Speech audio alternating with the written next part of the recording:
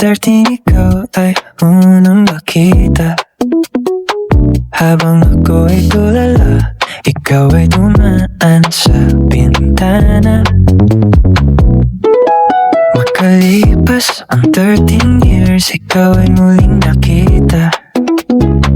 Tayo siguro talaga ang tinadhana. Sa hindi inaasang pagkakataon, ako ay umamin sa tagal na nagaang panahon. Tanggap ko kung ano ka man ngayon. Sa tulong ng Diyos, ginagabayan niya ako sa lahat na hamon.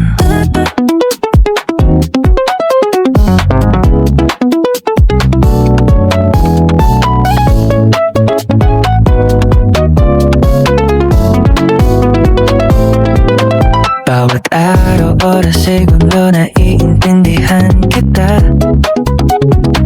Dahil alam ko naman na mayroon kang Eliana.